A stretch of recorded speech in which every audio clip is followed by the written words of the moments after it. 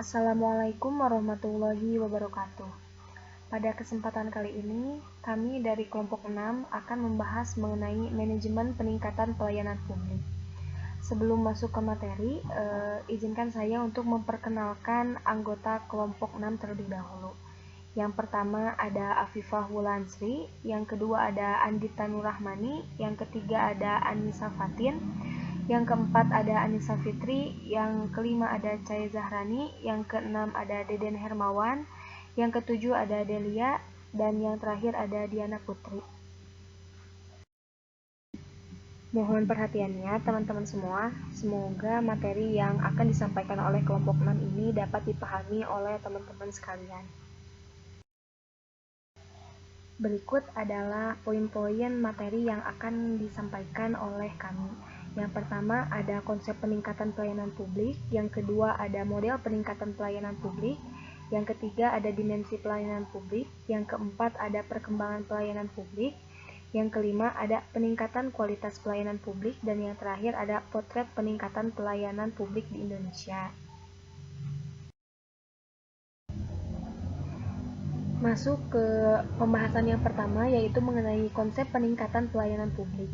Berdasarkan Keputusan Menteri Pendayagunaan Aparatur Negara Nomor 63 Tahun 2003, definisi dari pelayanan umum adalah segala bentuk pelayanan yang dilaksanakan oleh instansi pemerintah di pusat, di daerah, dan di lingkungan badan usaha milik negara atau badan usaha milik daerah dalam bentuk barang dan atau jasa, baik dalam rangka pemenuhan kebutuhan masyarakat maupun dalam rangka pelaksanaan ketentuan peraturan perundang-undangan. Nah, sedangkan menurut bab 1 pasal 1 ayat 1 Undang-Undang Nomor 25 Tahun 2009, yang dimaksud dengan pelayanan publik adalah kegiatan atau rangkaian kegiatan dalam rangka pemenuhan kebutuhan pelayanan sesuai dengan peraturan perundang-undangan bagi setiap warga dan penduduk atas barang, jasa, dan atau pelayanan administratif yang disediakan oleh penyelenggara pelayanan publik. Nah, sedangkan menurut bab 1 pasal 1 ayat 2 Undang-Undang Nomor 25 Tahun 2009 yang bisa teman-teman baca di PPT, yaitu setiap institusi penyelenggara negara, korporasi, lembaga independen yang dibentuk berdasarkan undang-undang untuk kegiatan pelayanan publik dan badan hukum lain yang dibentuk semata-mata untuk kegiatan pelayanan publik. Nah, dari pengertian dan penjelasan tersebut terdapat 3 unsur penting dalam pelayanan publik. Unsur pertama adalah organisasi pemberi atau penyelenggara pelayanan, yaitu pemerintah atau pemerintah daerah. Nah, unsur yang kedua adalah penerima layanan atau pelanggan, yaitu orang atau masyarakat atau organisasi yang berkepentingan. Dan unsur yang ketiga adalah kepuasan yang diberikan atau diterima oleh penerima layanan atau pelanggan. Nah, konsepsi pelayanan publik berhubungan dengan bagaimana meningkatkan kapasitas dan kemampuan pemerintah atau pemerintah daerah menjalankan fungsi pelayanan dalam konteks pendekatan ekonomi, menyediakan kebutuhan pokok atau dasar bagi seluruh masyarakat. Pertumbuhan ekonomi dan industrialisasi erat kaitannya dengan partisipasi masyarakat yang mendorong pertumbuhan tersebut dan harus didistribusikan dan dialokasikan secara adil dan merata kepada setiap masyarakat sesuai dengan kebutuhannya.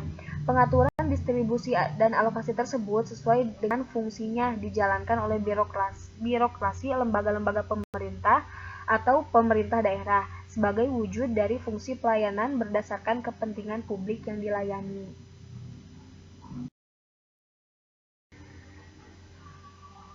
Masuk ke pembahasan yang kedua, yaitu mengenai model peningkatan pelayanan publik.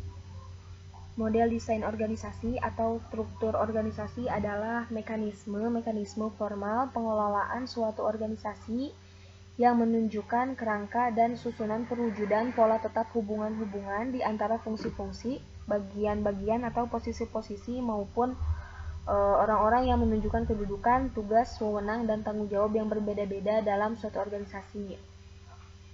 Nah, dalam meningkatkan pelayanan publik itu berkaitan dengan model organisasinya. Menurut Gibson, pada tahun 1994 ada 2 macam model, yaitu model desain mekanistik, dan model desain organik. Yang pertama, model desain mekanistik. Model desain mekanistik ini menekankan pentingnya mencapai produksi dan efisiensi tingkat tinggi. Burns dan Stalker dalam Steers mengemukakan bahwa sistem mekanistik mempunyai ciri sentralisasi pengendalian dan wewenang, tingkat spesialisasi tugas tinggi, dan garis komunikasi terutama vertikal, khususnya ke bawah. Nah, jadi sistem mekanistik dianggap sebagai kesatuan yang relatif, tetap, dan kaku. Nah, dari penjelasan di atas, maka dapat dipahami bahwa model mekanistik ini sangat efisien karena karakteristik strukturnya.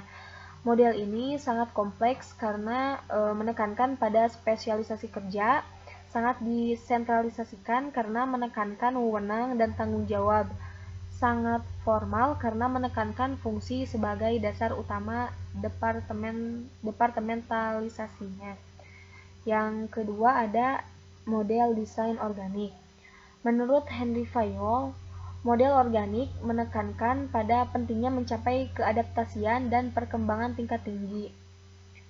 Desain organisasi ini kurang mengandalkan peraturan dan prosedur, wewenang yang disentralisasikan atau spesialisasi yang tinggi. Burns dan Stalker dalam Steers mengemukakan bahwa sistem organik biasanya memperlihatkan tingkat saling ketergantungan, tugas yang lebih tinggi, desentralisasi, pengendalian, dan wewenang lebih besar, dan komunikasi yang lebih horizontal atau antar departemen. Jadi, sistem organik dipandang lebih luas dan mampu menyesuaikan diri. Model organik ini merupakan kontra dari model mekanistik. Nah, perbedaan yang paling mencolok antara kedua model ini berasal dari kriteria keefektifan yang berbeda yang ingin diusahakan sebesar-besarnya oleh masing-masing model. Jika model mekanistik berusaha untuk mencapai efisiensi dan produksi secara maksimum, maka model organik berusaha untuk mencapai keluasan dan keadaptasian yang maksimum. Organisasi-organisasi bersifat luas dan dapat beradaptasi dengan tuntutan perubahan lingkungan karena desain organisasinya mendorong untuk lebih mendayagunakan potensi manusia. Model desain organik ini menekankan desentralisasi sehingga organisasi sektor publik berkedudukan menjadi regulator yang bersifat non-monopolitik, yaitu sebagai perumus dan melaksanakan pelayanan dengan memberikan otoritas ke unit-unit aparatur pelaksana, sedangkan kedudukan masyarakat sebagai subjek yang bersama-sama menyelenggarakan pelayanan. Nah, dari model organik ini dapat dirumuskan memiliki karakteristik diantaranya proses kepemimpinan mencakup persepsi tentang keyakinan dan kepercayaan antara atas dan bawahan dalam segala persoalan. Proses motivasi menimbulkan motivasi melalui metode partisipasi dan manusia aktif atau punya peran sentral. Yang ketiga, proses komunikasi berlangsung di mana informasi mengalir secara bebas keseluruhan organisasi, yaitu ke atas, ke bawah, dan ke samping. Karakteristik dan nilai-nilai melekat pada model desain organik ini sangatlah relevan dalam mendorong pemerintah membentuk good governance dan sejalan dengan perkembangan konsep administrasi publik yang sekarang telah memasuki paradigma New Public Service.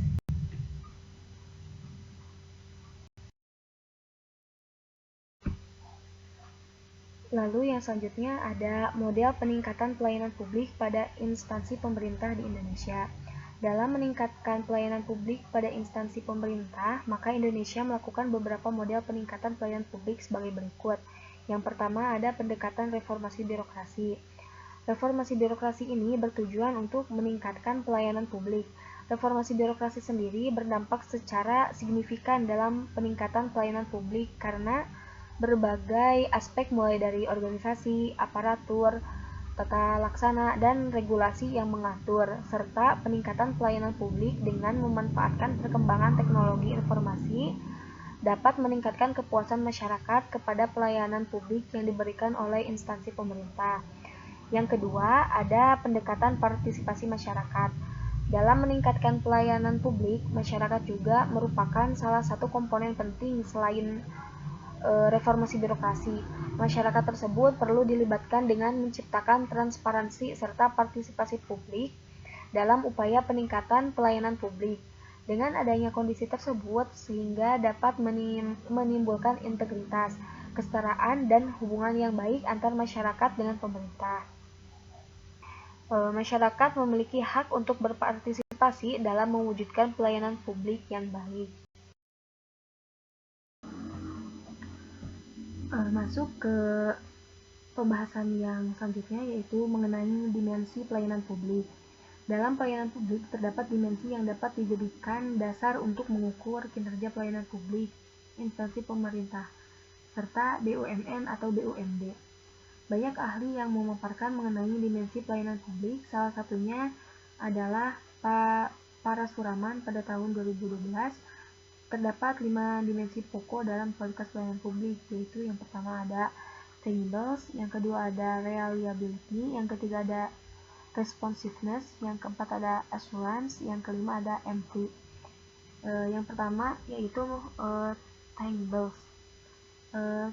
Tangibles ini merupakan kemampuan suatu perusahaan dalam menunjukkan eksistensinya kepada pihak eksternal. Penampilan dan kemampuan sarana dan prasarana fisik perusahaan dalam keadaan lingkungan sekitarnya adalah bukti nyata dari pelayanan yang diberikan oleh pemberi jasa yang meliputi fasilitas, gedung, dan lain sebagainya, perlengkapan dan peralatan yang digunakan, serta penampilan pegawainya. Yang kedua, reliability atau keandalan, yaitu kemampuan organisasi untuk memberikan pelayanan sesuai dengan yang dijanjikan secara akurat dan terpercaya. Kinerja harus sesuai dengan harapan pelanggan, yang berarti ketepatan waktu, pelayanan yang sama untuk semua pelanggan tanpa kesalahan, sikap yang simpatik, dan dengan akurasi yang tinggi. Lalu yang ketiga ada responsiveness. Responsiveness ini atau ketanggapan, yaitu suatu kemampuan untuk membantu dan memberikan pelayanan yang cepat atau responsif dan tepat kepada pelanggan dengan penyampaian informasi yang jelas. Membiarkan konsumen menunggu tanpa adanya suatu alasan yang jelas menyebabkan persepsi negatif dan dalam kualitas pelayanan. Yang keempat ada assurance atau jaminan dan kepastian, yaitu pengetahuan, kesopan santunan, dan kemampuan para pegawai perusahaan untuk menumbuhkan rasa percaya para pelanggan kepada perusahaan. Terdiri dari beberapa komponen, antara lain komunikasi, kredibilitas, keamanan, kompeten, dan sopan santun. Dan yang terakhir ada MT atau memberikan perhatian yang tulus dan bersifat individu atau pribadi yang diberikan kepada para pelanggan dengan berupa memahami keinginan konsumen, di mana suatu perusahaan diharapkan memiliki pengertian dan keinginan pengetahuan tentang pelanggan, memahami kebutuhan pelanggan secara spesifik, serta memiliki waktu pengoperasian yang nyaman bagi pelanggan. Nah, sedangkan menurut keputusan Menteri Pendayagunaan Aparatur Negara Nomor 58 Tahun 2002 tentang pedoman pelaksanaan penelitian dan penghargaan citra pelayanan prima sebagai unit pelayanan percontohan, memuat 7 dimensi yang dapat dijadikan dasar untuk mengukur kinerja pelayanan publik instansi pemerintah serta BUMN atau BUMD.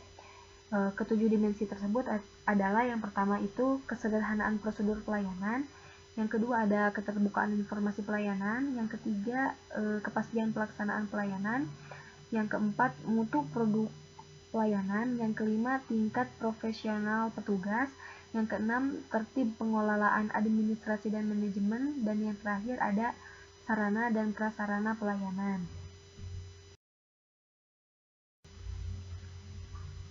Masuk ke pembahasan yang selanjutnya, yaitu mengenai perkembangan pelayanan publik. Pemerintah pada awalnya dibentuk untuk menjamin terlaksananya ketertiban masyarakat agar individu dalam masyarakat leluasa dalam menjalankan kegiatannya tanpa merasa terganggu oleh ancaman-ancaman baik dari lingkungan intern maupun lingkungan ekstern. Tujuan Negara Kesatuan Republik Indonesia sebagaimana tercantum dalam pembukaan Undang-Undang Dasar 1945 alinea keempat adalah untuk melindungi segenap bangsa Indonesia dan seluruh tumpah darah Indonesia, memajukan kesejahteraan umum, mencerdaskan kehidupan bangsa, dan ikut melaksanakan ketertiban dunia yang berdasarkan kemerdekaan, perdamaian abadi, dan keadilan sosial.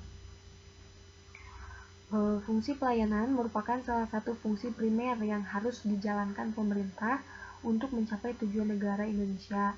Menurut Sedamayanti pada tahun 2009, pelayanan berarti melayani suatu jasa yang dibutuhkan oleh masyarakat dalam segala bidang. Kegiatan pelayanan kepada masyarakat merupakan salah satu tugas dan fungsi administrasi negara. Adanya penyelenggaraan pelayanan yang baik, maka kepuasan akan didapatkan oleh masyarakat. Kepuasan tersebut adalah sebagai imbalan yang diperoleh oleh pemerintah sebagai penyelenggara pelayanan publik. Pelayanan publik menjadi titik strategis untuk membangun praktik good governance atau tata pemerintahan yang baik, yang telah menjadi impian bagi kita seluruh masyarakat di Indonesia. Nah, mengapa pelayanan publik ini menjadi titik strategis dalam pencapaian good governance? Hal ini dikarenakan pelayanan publik ini menjadi ranah menjalin hubungan antara pemerintah sebagai wakil dari negara dengan lembaga-lembaga non-pemerintah termasuk masyarakat. Nah, seiring dengan berkembangnya dinamika penyelenggaraan pemerintah daerah dalam rangka mewujudkan good governance, maka perlu memperhatikan tuntutan dan kebutuhan masyarakat. Menanggapi hal tersebut, maka dilakukanlah pelimpahan sebagian wewenang pemerintah daerah, dalam hal ini adalah bupati kepada tingkat kecamatan, yang dilaksanakan oleh camat. Asas efektivitas dan efisiensi menjadi faktor mengapa pelimpahan sebagai kewenangan ini perlu dilaksanakan. Untuk menjawab tantangan mengenai reformasi pelayanan publik, maka dikeluarkanlah Peraturan Menteri Dalam Negeri Nomor 4 tahun 2010 tentang Pelayanan Administrasi Terpadu Kecamatan.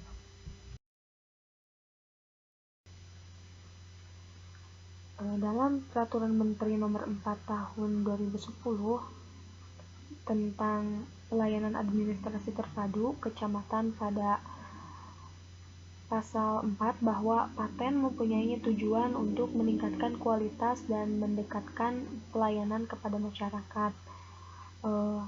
Namun dalam pelaksanaan program paten ini, pemerintah daerah masih menemui banyak kendala. Kendala-kendala tersebut diantaranya adalah faktor kesiapan aparatur pelaksana paten, sarana dan prasarana, alokasi, dana, dan partisipasi masyarakat. Selain itu, faktor legitimasi juga belum diperkuat karena masih berbentuk Permendagri. Kendala-kendala yang telah disebutkan tadi dapat mengganggu proses pelayanan, padahal sesuai dengan Undang-Undang Nomor 25 Tahun 2009 tentang Pelayanan Publik Pasal 4 dijelaskan bahwa penyelenggaraan pelayanan publik ini berasaskan yang pertama itu ada kepentingan umum, yang kedua kesamaan hak, yang ketiga keseimbangan hak dan kewajiban, yang keempat keprofesionalan, yang kelima partisipatif, yang keenam persamaan perlakuan atau tidak diskriminatif, yang ketujuh keterbukaan, yang kedelapan akuntabilitas, yang kesembilan fasilitas dan perlakuan khusus bagi kelompok rentan, yang ke-10 ketepatan waktu, dan yang terakhir kecepatan, kemudahan, dan keterjangkauan.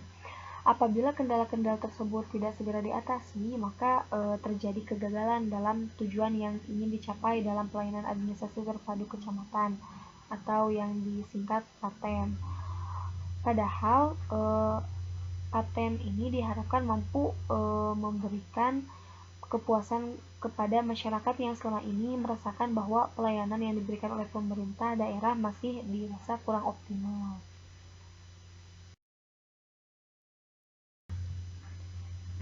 Yang selanjutnya yaitu peningkatan kualitas pelayanan publik. Terdapat beberapa faktor yang mempengaruhi tidak berjalannya pelayanan publik dengan baik, yaitu yang pertama ada masalah struktural birokrasi yang menyangkut penganggaran untuk pelayanan publik. Lalu yang mempengaruhi kualitas pelayanan publik adalah adanya kendala kultural di birokrasi. Selain itu ada pula faktor dari perilaku aparat yang tidak mencerminkan perilaku melayani dan sebaliknya cenderung menunjukkan perilaku ingin dilayani. Pelayanan publik di Indonesia masih kurang baik dapat dilihat dari kepuasan masyarakat. Hal ini disebabkan oleh permasalahan-permasalahan yang timbul dalam pelayanan publik. Permasalahan dalam pelayanan publik di Indonesia ini meliputi ada yang pertama yaitu mengenai rendahnya kualitas pelayanan publik, yang kedua tingginya tingkat penyalahgunaan kewenangan dalam bentuk KKN, yang ketiga birokrasi yang panjang dan adanya tumpang tindih tugas dan kewenangan, yang keempat rendahnya pengawasan eksternal dari masyarakat, yang kelima belum berjalannya desentralisasi kewenangan secara efektif, dan yang terakhir ini sistem pelayanan publik yang belum diatur secara jelas dan tegas.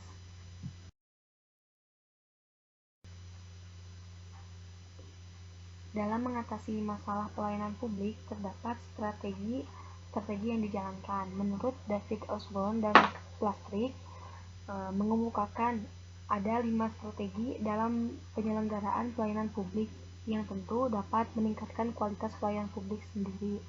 Di antaranya yaitu core strategi, consequence strategi, customer strategi, control strategi, dan cultural strategi. Yang pertama ada core strategi. Bagian kritis pertama dari organisasi pemerintahan ialah bagian yang menentukan tujuan dari organisasi pemerintah itu sendiri. Jika suatu organisasi tidak jelas tujuannya, maka organisasi itu tidak bisa mencapai kinerja yang tinggi. Strategi inti atau core strategi ini bertujuan untuk memperjelas misi dan visi organisasi. Strategi ini dapat dioperasionalkan melalui pendekatan-pendekatan dalam bentuk memperjelas tujuan perusahaan dengan membuat persiapan sebelum mengoperasionalkan perusahaan, memperjelas peran pimpinan perusahaan dan pegawai, dan memperjelas arah perusahaan dengan memperbaiki tujuan perusahaan. Visi dan misi memang sangat penting sebagai pedoman jangka panjang akan kemana sebuah organisasi akan diarahkan, dengan memperhatikan berbagai aspek yang menjadi tugas pokok dan fungsinya, serta memperhatikan perkembangan lingkungan strategis. Yang kedua ada consequence strategi. Strategi ini fokus dalam menciptakan konsekuensi baik itu positif maupun negatif atas kinerja yang dihasilkan. Dengan adanya konsekuensi tersebut akan terjadi persaingan yang sehat di antara pegawai maupun antar penyelenggara pelayanan publik yang lain, guna meningkatkan motivasi dan kinerja pegawai. Melalui penerapan reward dan punishment dengan memperhitungkan risiko ekonomi dan pemberian penghargaan. Selain itu, strategi ini juga mendorong perusahaan untuk memberikan para pegawainya insentif dan disentif yang tinggi untuk mengikuti dan mematuhi peraturan-peraturan yang telah dibuat oleh perusahaan. Lalu yang ketiga ada customer strategi atau strategi pelanggan. Strategi pelanggan ini bertujuan untuk menciptakan sistem penyelenggaraan pelayanan yang dilaksanakan oleh birokrat sehingga mampu memberikan tingkat pelayanan yang optimal bagi masyarakat. Cara-cara yang dapat dilaksanakan adalah dengan menciptakan sistem umpan balik dari masyarakat, menciptakan prosedur yang sederhana, menciptakan lingkungan kantor yang menyenangkan dan menyejukkan, menyediakan tempat pengaduan dan tempat informasi, lalu menciptakan sistem pelayanan yang berbasis teknologi informasi, media, dan telekomunikasi, lalu menciptakan sistem komputer yang menggunakan sistem online. Lalu yang keempat ada kontrol strategi atau strategi pengawasan. Strategi pengawasan ini dimaksudkan untuk meningkatkan kekuatan organisasi melalui penataan organisasi. Melalui strategi pengawasan diharapkan dapat menciptakan kemampuan dan kemandirian serta kepercayaan masyarakat terhadap kantor pemerintah sebagai institusi pelayanan publik dan pegawai atau karyawan sebagai pelayan masyarakat. Strategi pengawasan dapat dilakukan dalam bentuk organisasional, memberdayakan pegawai, dan memberdayakan komunitas. Lalu yang terakhir ada cultural strategi atau strategi budaya. Strategi budaya ini bertujuan untuk mengubah budaya yang dapat menghalangi ke arah suatu perubahan. Dengan kata lain, budaya yang berorientasi pada status quo harus dapat diubah menjadi budaya yang terbuka terhadap suatu perubahan. Untuk melakukan perubahan budaya seseorang atau lembaga organisasi memang bukan pekerjaan yang mudah, karena budaya merupakan hasil interaksi dari suatu pengalaman dengan emosi dan akal sehat yang sudah tertanam sejak orang itu lahir ke dunia, tetapi sudah merupakan sebuah keharusan untuk melakukan perubahan.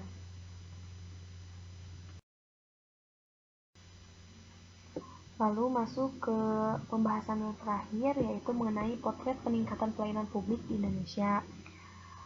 Hasil pengawasan pelayanan publik oleh Ombudsman Republik Indonesia sepanjang tahun 2019, khususnya untuk pengaduan masyarakat dan kepatuhan terhadap standar pelayanan publik, menunjukkan bahwa penyelenggara negara perlu usaha serius untuk melakukan perbaikan, menciptakan pelayanan publik yang prima di tahun 2020.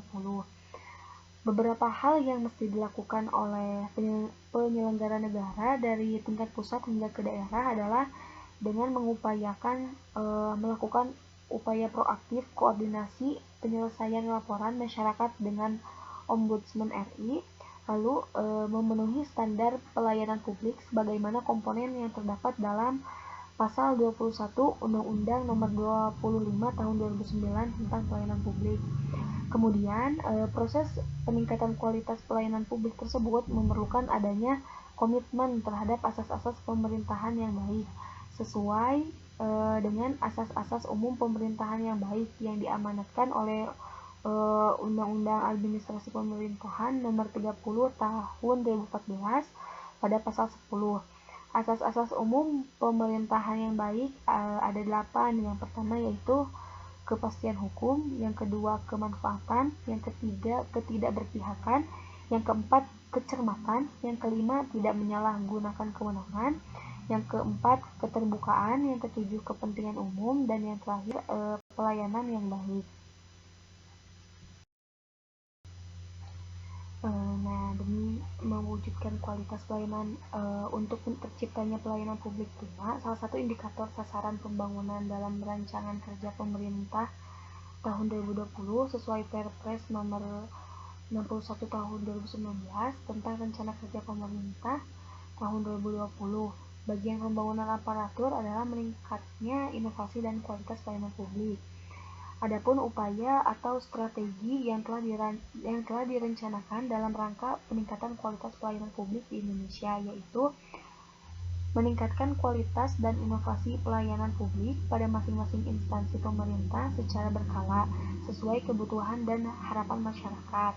Lalu, peningkatan kualitas pelayanan publik dilakukan untuk membangun kepercayaan masyarakat terhadap penyelenggara pelayanan publik dalam rangka peningkatan kesejahteraan masyarakat dengan menjadikan keluhan masyarakat sebagai sarana untuk melakukan perbaikan pelayanan publik.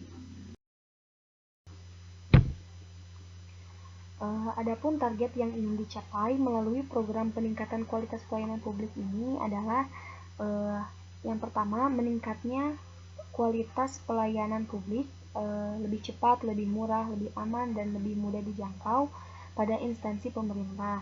Yang kedua, meningkatnya jumlah unit pelayanan yang memperoleh standarisasi pelayanan internasional pada instansi pemerintah. Lalu yang ketiga, meningkatnya indeks kepuasan masyarakat terhadap penyelenggaraan pelayanan publik oleh masing-masing instansi pemerintah. Nah, atas dasar hal tersebut, maka terdapat beberapa indikator yang perlu dilakukan untuk menerapkan peningkatan kualitas pelayanan publik, yaitu yang pertama, standar pelayanan.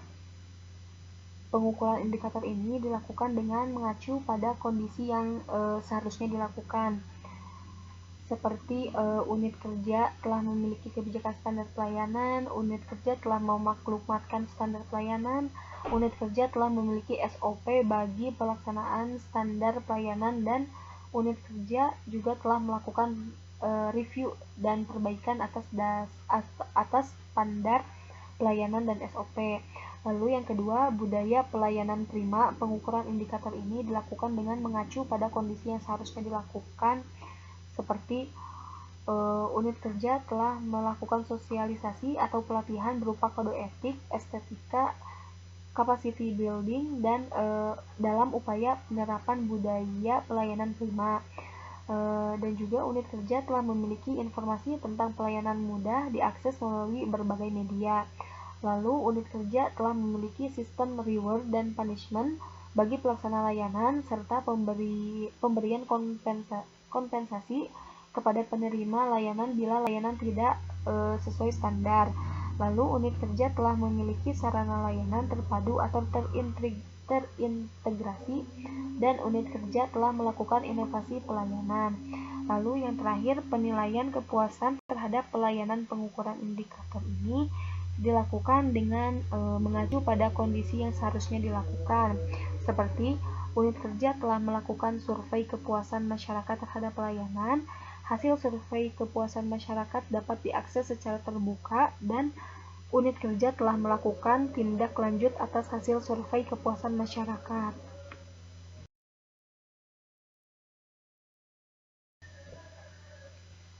Sekian materi yang dapat kelompok 6 sampaikan. Mohon maaf apabila terdapat kesalahan atau kekeliruan. Terima kasih. Wassalamualaikum warahmatullahi wabarakatuh.